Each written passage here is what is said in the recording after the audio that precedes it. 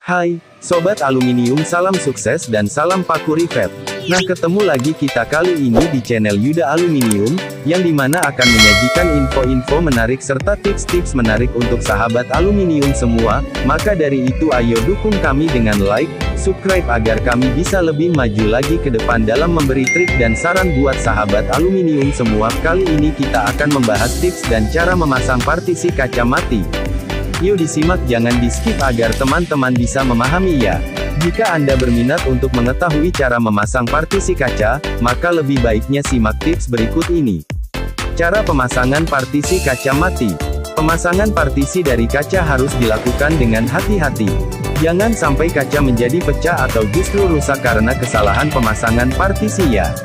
Untuk mencegah kejadian tersebut dan membuat partisi semakin kokoh, ada beberapa hal yang harus diperhatikan seperti di bawah ini. 1. Pahami kebutuhan ruang yang akan dipartisi. Sebelum melakukan partisi atau memasang partisi, harus dipahami lebih dahulu terkait kebutuhan ruangan yang akan dipartisi. Pastikan ukuran ruangan tersebut, selain itu juga lakukan pengukuran untuk daerah yang akan dipartisi. Nanti dari sana dapat ditemukan berapa ukuran partisi yang akan dibuat. Tak hanya itu, model partisi juga dapat ditentukan setelah memahami kondisi ruangan ini. 2. Gunakan kaca yang tepat. Kalau kebutuhan ruangan sudah dipahami dengan baik, selanjutnya yang harus dilakukan adalah memilih kaca. Ada banyak jenis kaca yang hadir saat ini. Jadi pengguna partisi dapat memilih jenis kaca mana yang dirasa paling sesuai. Tidak hanya jenis kaca yang harus dipertimbangkan, namun masalah ketebalan kaca juga harus diperhatikan. Sebaiknya pilih tebal kaca yang sesuai dengan penempatan dari kaca tersebut. Bisa jadi partisi yang digunakan untuk kamar mandi memiliki tebal yang berbeda dengan partisi yang digunakan untuk ruangan rapat, bukan?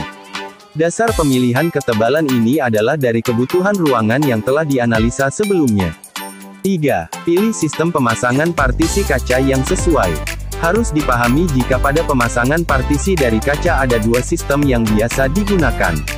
Untuk sistem yang pertama adalah dengan bingkai frame, lalu selanjutnya sistem tanpa bingkai frameless. Pengguna dapat memilih sistem pemasangan yang dirasa paling sesuai. Cara memasang partisi menggunakan bingkai ini seperti pemasangan kaca pada daun jendela, di mana sekeliling kaca diberi bingkai yang berasal dari berbagai bahan sesuai pilihan. Mulai dari aluminium, kayu sampai dengan PVC. Sedangkan pemasangan tanpa bingkai umumnya banyak digunakan di ruangan dengan model minimalis. Selain itu biasanya penyekat kaca temperet yang paling banyak menggunakan sistem pemasangan tanpa bingkai ini. 4. Perhatikan pemasangan sealen. Keempat, jangan lupa perhatikan pemasangan sealen. Apa itu sealen? Jadi merupakan sejenis sambungan antara kaca dengan bingkai. Biasanya bentuknya seperti karet yang nantinya diletakkan di antara kaca dengan bagian bingkai.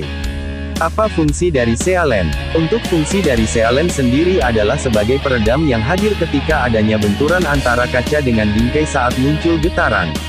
Tak hanya itu, sealen juga berfungsi sebagai penghubung antar kaca. 5.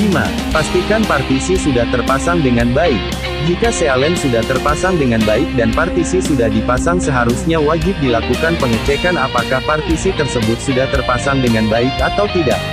Pasalnya ini tidak hanya berkaitan dengan tampilan atau resiko kerusakan.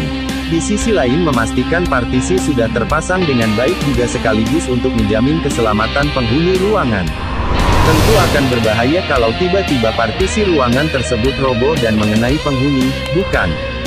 Jika Anda ingin memasang kaca partisi, serahkan pada kami, sebagai ahli dalam hal tersebut di atas.